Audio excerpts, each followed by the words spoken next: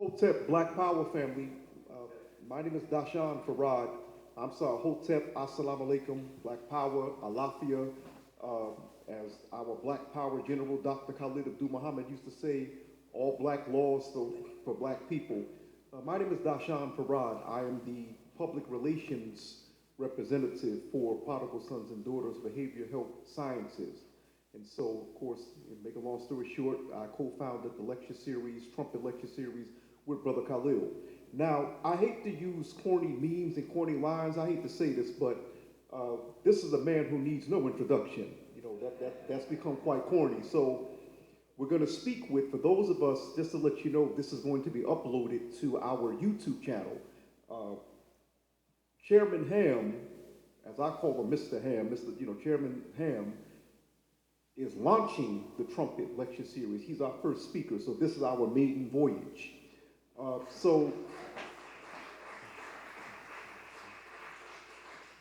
But for those who are watching this interview via YouTube, uh, Chairman Lawrence Ham has a activist, and he's not just an activist, he's an organizer. And we have to understand there's a difference between being an activist and an organizer. When you are an organizer, you make things happen.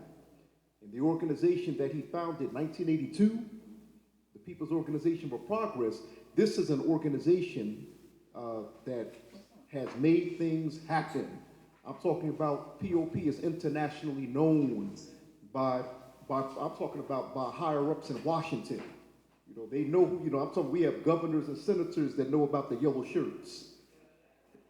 So this brother here, and of course, I'm speaking to all of us, but see, you can tell that I'm used to being on camera because I'm looking at the camera. I'm like in my Tavis Smiley mode right now. But anyway,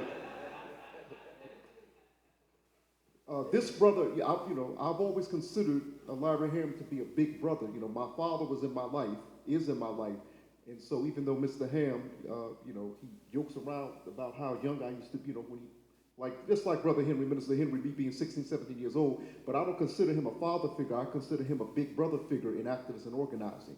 So anyway, his career in terms of organizing and fighting for social justice, it spans 6 decades. Am I correct? 6 decades. And so, now, remember when Dr. Carter G. Woodson said that most college-educated black folks are no use to us? That doesn't apply to this black Ivy Leaguer. This is a Princeton man that was raising hell at Princeton University. Now, remember school days? They were like divest. Mr. Ham and Mr. Larry Adams, they were part of that crew at Princeton University that was telling divest, y'all supporting apartheid. So anyway, tonight we're going to be speaking with Mr. Ham on the subject of what to the slave is the 4th of July, which was a speech delivered by Frederick Douglass, and of course this is July 3rd. And we're going to connect that along with Douglass's activism and organizing to the modern day struggle. Mr. Ham, welcome. Thank you, Brother Dashan. Thank you. Thank you. Let me say before we get into the interview, my congratulations to Prodigal Sons and Daughters Healthcare Services on this magnificent achievement. This is really beautiful.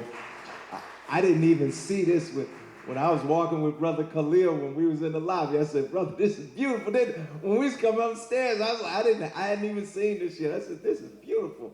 And he started like, yeah, we're going to take you on the tour. But congratulations. And, Brother Khalil was taking me down memory lane because I had met your father, Mfudishi, when he used to train the Simbas at the Committee for a Unified North, which was part of the Congress of African People under the leadership at that time of Imam Amiri Baraka. He also was key in training the brothers that were part of BCD, which was here in East Orange, which was also a Kawita organization. And he was an internationally renowned martial artist who had a unique style that was identified, and recognized by other martial artists in the nation and in the world. And it just took me down memory lane, as did Brother Henry. And let me say that the period in which we were organizing, I was just one of many persons in that effort.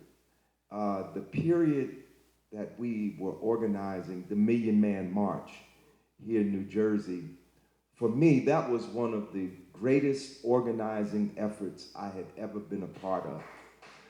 I cannot, and I'm not just saying that to be saying that. The evidence was there. I can't put in words, short of actually having video, and I don't think it exists, of the organizing meetings that we had around the state, where we would go from, whether we were in Atlantic County or whether we were in Bergen County, there were standing room only crowds. It was the only time that I experienced something like that. Now, I've been in other organizing efforts and big demonstrations. 12,000 people marched with us after George Floyd was killed. But the Million Man March effort was instructive because it really was an organizing effort. It began a year before the Million Man March, when we had our first meeting down there on Court Street, and when I met Minister Kadir Muhammad. And I have to say that Minister Kadir was one of the greatest grassroots organizers I ever met, Minister Kadir Muhammad. And y'all can't really, I wish I had a tape that I could take out of my head and put in your head. Because when we went to places for the Million Man March, it was like we were government. No, really. It was like we were government. And we were making, the laws like on the spot. And it would be packed out. It would be 500, 600, 1,500 people. We pack out auditoriums. And the shame of it all is that there is very little going on to commemorate the Million Man March, and I think we should change that. I think we should do something on a yearly basis, even if it's just a forum where we come together and talk about that experience, because it was a profound experience. 75,000 men were mobilized, and some women, but mainly men. And this was in the Wall Street Journal of all places, Larry. The Wall Street Journal did an article on the Million Man March effort in New Jersey. Said 75,000 men were mobilized in New Jersey under our banner of the New Jersey Million Man March Coalition. 250 buses under our banner coming out of New Jersey, on buses, on trains, in cars, in planes. Little New Jersey had one of the largest contingents at the Washington Million Man March, Little New Jersey. And, I wish we could recapture that spirit. I mean, it's really hard to express in words,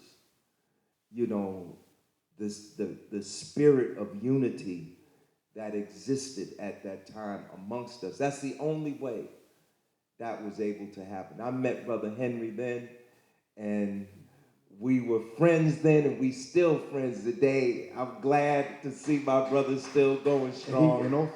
And also, that's actually when I met Brother Henry, but also I met you a few months after the Million Man March when you spoke in my high school in '96. Right. But see, I saw you before that. I saw you. See, there was a period when I didn't have a car. So I was riding the 34 bus. That's right, brother. all the way from Montclair to Newark, New Jersey. And I would see Brother Dashawn getting on the bus, going in high school, pressed suit, bow tie, in high school. Every day I would see, he didn't know. And I told him, I think after we met, I told you I used to see you, brother. You didn't even know me, but I used to see you getting on the bus, going to school. My grandfather, Harry Hopkins, when you came to the school, I told him, I said, Grandpa, you know what, Larry Ham? He said, yeah, he's the youngest, school board. Yeah, my grandfather knew Right. him, yeah. But so listen, you saying all that, I'm just gonna let you know, the reason why I didn't do the bio, the whole bio on Mr. Ham, I was just being lazy because there's so much. Google him, okay? Right. So with him saying that, it actually leads us into our discussion. All right, let's go. Now, the theme for the People's Organization for Progress is what? Not the theme, the slogan, excuse me. Oh, if there is no struggle, there is no progress. And who said that? Frederick Douglass. Okay, so now we're discussing Frederick Douglass's speech, What to the Slave is the 4th of July, as I mentioned a few minutes ago, and Right. we're tying it in now. Mr. Ham, I have to ask you, Yes. why did Douglass give that speech? What was going on at that time for him to say that? Frederick Douglass had been invited by the Rochester Women's Anti-Slavery Society. He had been invited to speak at their 4th of July celebration, which originally was scheduled for July 4th, 1852. But he didn't want to speak on July the 4th because he thought there would be too much backlash. Because people have to remember, we all love Frederick Douglass today, but he was quite a controversial character. There would be, he would speak some places and there'd be riots afterwards. He was in danger of his life most of the time. He actually had to leave the United States of America for 2 years because it was too hot. It's difficult for us to really grasp how controversial abolition was, that black people should be other than slaves. That was a very controversial subject. So Douglass actually had written the speech in advance because remember, he was publishing the paper, the North Star. And he had written the speech in advance to publish in the paper, and it was a scathing attack on the United States because of the institution of slavery. And he knew that if all phones on silent, please. He knew that there might be problems. So he asked for it to be rescheduled for the following day, which was July 5th, 1852.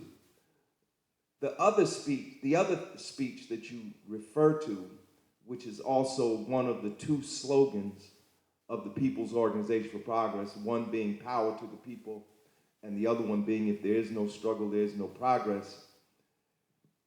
If there is no struggle, there is no progress, comes from the speech on West India emancipation.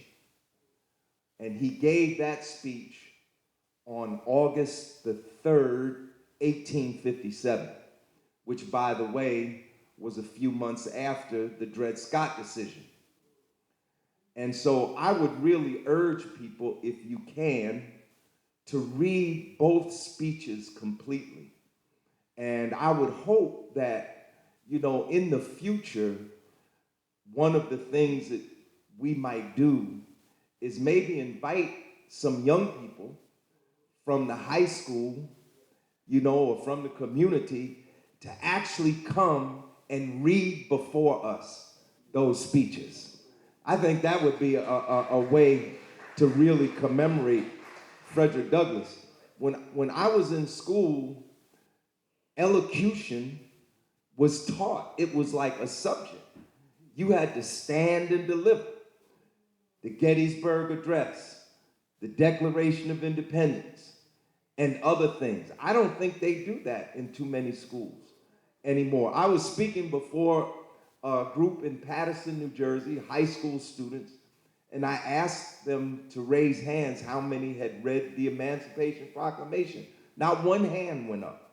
I asked that the other day when I was speaking to a group of adults. Not one hand went up. You know, we're in a period now where people, they grasp sound bites, you know, and phrases, and they don't want to go deep, you know, but this, you know, like everybody knows that line, what to the slave is the 4th of July. Barely. You know, but people should read the whole, that whole speech. So, and again, I would urge people to read those two speeches. But let me just say this real quick. Frederick Douglass did not receive any formal education. No formal education. But when I got to Princeton, I went and purchased the selected, not the collected. Collected is almost everything. Selected is chosen. The selected works of Frederick Douglass, 5 volumes. He was prolific. In his lifetime, it's said that he may have written as many as 7,000 speeches and articles in his lifetime. Here's a man that had no formal education. When he was a child, it was against the law to teach black people to read, you know, and yet he was self-taught and became one of the most famous figures of the 19th century. Frederick Douglass holds the record as being the most photographed person in the 19th century, bar none. That's how famous he was. You know, and we still know it, but in the 19th century, Frederick Douglass, when he went to England, when he had to leave here because it was too hot, there were several times that Douglass had to leave here because it was too hot. One was after the publication of his book, The Narrative of Frederick Douglass, an American Slave. That book was like the 1619